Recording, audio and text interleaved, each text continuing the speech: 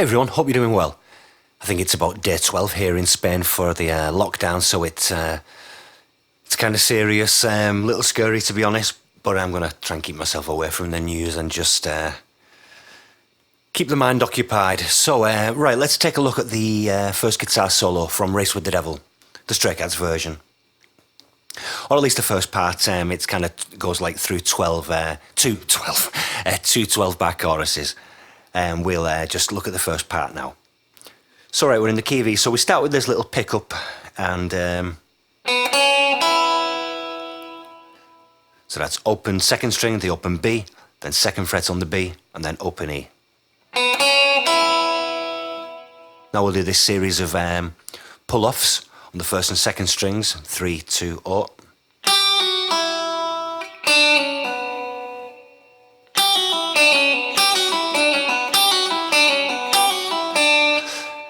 So how many? So we do that 3 times, and then the 4th time we do that on the first string, but then on the second string we'll do something different. So we've got and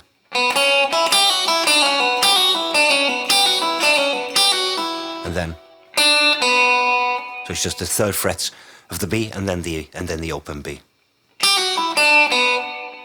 and the open E twice.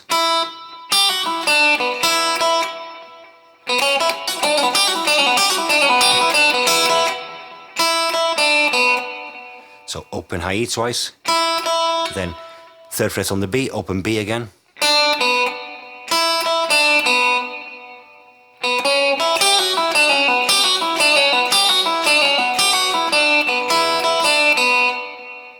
And then 3, 2, 0 on the 3rd string, but we pull off from that 2nd fret to the open G. And then, because of the fingers I'm using, probably could use my 3rd and 2nd, but because of a problem with the 3rd, I tend to use my 2nd and 1st.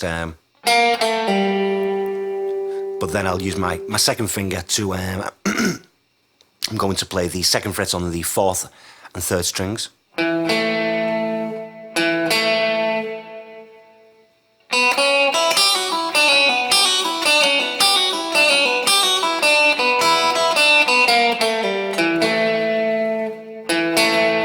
I usually kind of follow through that with just 2 downstrokes and just follow the pick through, and then back to the 2nd fret on the 4th string on the D. Then a hammer on the open G to the 1st fret on the 3rd string. Well, actually, no, it's not a hammer on. That's picked. And then 2nd fret on the D.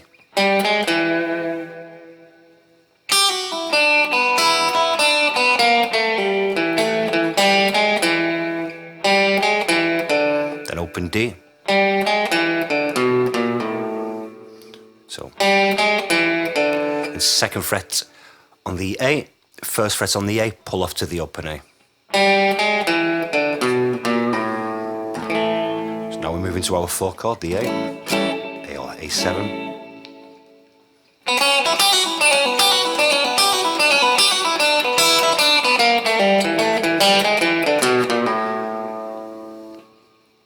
So now we'll play the 2nd fret as kind of do a little kind of roll hammer on from the 2nd, 3rd to the 4th on the A, and to the 2nd fret on the D.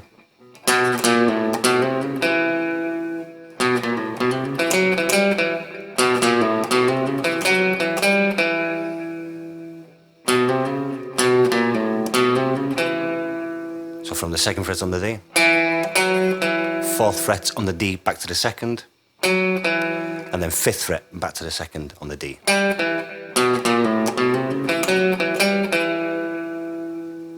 Then a kind of a slide up, more or less I guess from the 4th to the 6th on the D.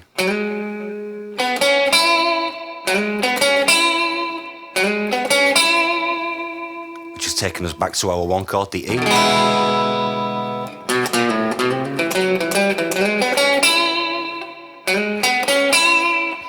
So slide from the 4th to the 6th on the D, 4th, 6th on the G, and then 5th on the B.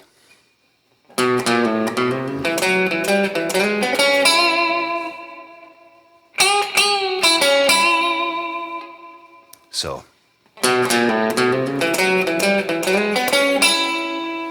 So then we're doing just like a kind of a half step bend from the 7th on the B. Pick that 2 times. Like I said, we'll do kind of like bend, and it's kind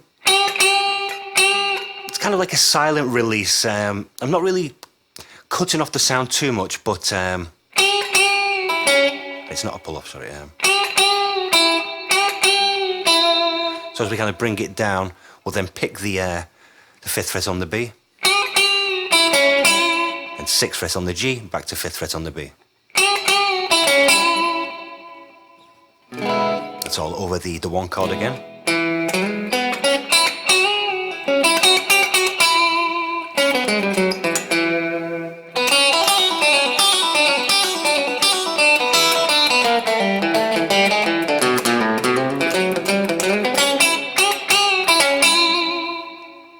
So now we're moving into our 5 chord. This is the kind of signature move from Brian. We'll kind of slide up to the, you know, whether it's from 2 below, 1 below, or 4 below, but we're going to the 8th fret on the G string, the 3rd of our B chord. You know, as if we're all used to that from this shape. So,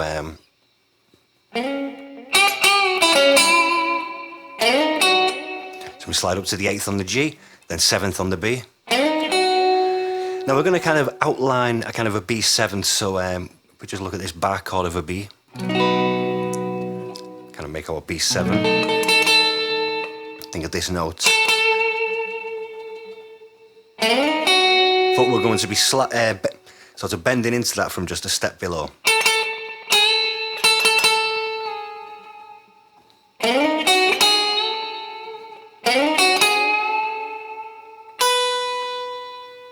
Then with that bend held, we're going to put our first finger and play the 7th on the E, the high E.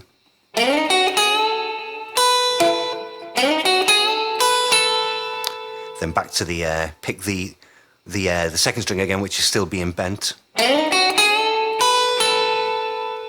Then with our little finger, we'll play the 9th of the high E and pull that off to the 7th, which is still being fretted.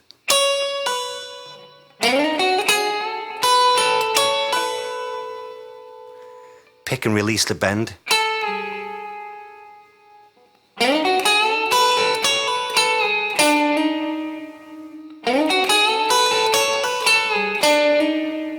And then 7th to the 8th, the hammer on the G. Then the 9th fret on the D. Kind of helping to spell out our B chord again.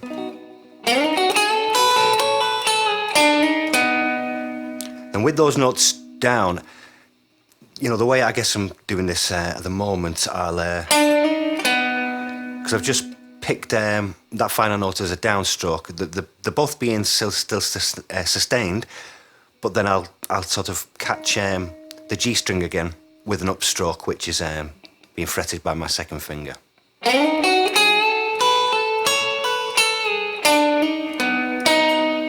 Slide those both down 2 frets. Bit of a shake.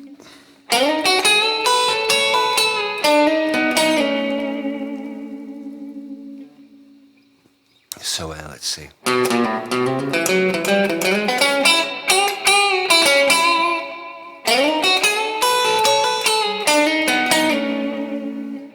Then back to our 1 chord, the E. And this kind of part's a little hard to hear, but I kind of hear this. So we're doing like a hammer on from the open G to the 1st fret on the G, and then the 2nd fret on the D. And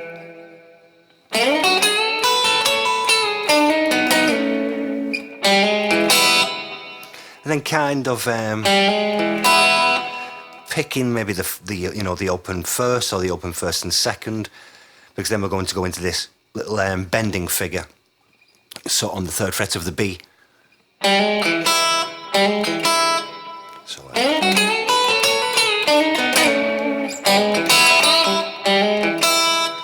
now I guess because of the rhythmical thing, and Brian was doing a lot of this just, off the cuff. So he's not really thinking as he comes out of this, all right, I'm going to play this. He's just kind of feeling it. That there is like a kind of I don't want to say structure exactly, but he knows what he's doing, but he's not necessarily thinking of it because he's just, sort of just getting from one point to the next. So, in this, like, what I'm trying to get at is this last part. Through the movements, maybe I'm playing, because I really just want to get to this bend. Am I playing these open strings once or twice? That will just depend. Each time I play, it might be a little bit different. Just depends on, the energy level, the concentration, all these kind of things. It's just more of a rhythmical thing. Whether it's once or twice, it doesn't really matter.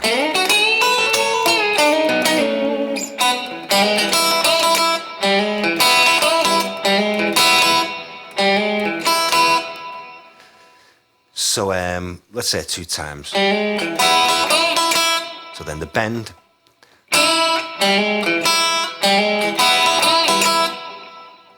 And again, you're kind of bending this, maybe sometimes just catching the second string on its own, or maybe you're catching the second string but a little bit of the open high E.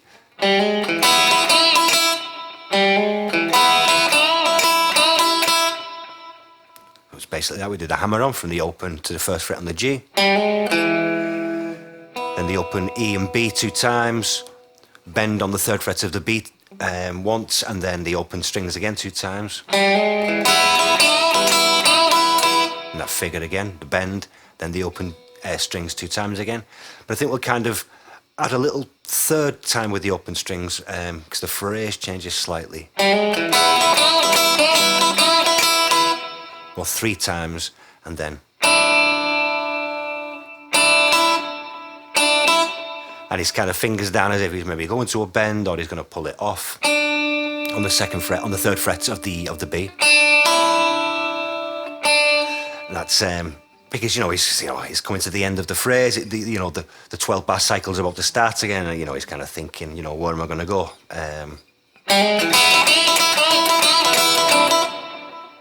That little kind of change in rhythm, I guess it's just, kind of thinking, where to go next, and that's when we're going to the second part. I think we did this, in fact, the next part.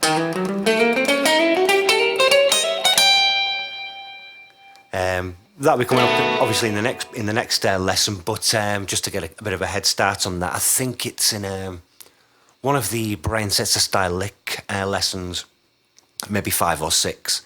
So check that out. That's the start of the second sort of part of this solo.